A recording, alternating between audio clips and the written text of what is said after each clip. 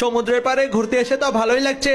আরে কি একটা হাঙর মাছ বালুতে কি করছে? আচ্ছা আমি এই হাঙর মাছটাকে বাসায় নিয়ে যাই, এবারে এই হাঙরটাকে আমার একুরিয়ামে রেখে দেই। আরে ওয়াও, এই হাঙর মাছটা তো দেখা যায় জীবিত।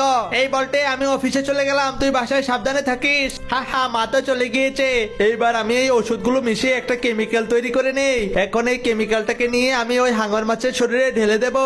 হাই হাই, এই হাঙর মাছটা তো অনেক বড় হয়ে গিয়েছে। যাই যাই, আমি এই কল ছেড়ে ওই হাঙর মাছটার জন্য পানির ব্যবস্থা করি। এই তো পুরো ঘর পানি দিয়ে ভরে যাচ্ছে।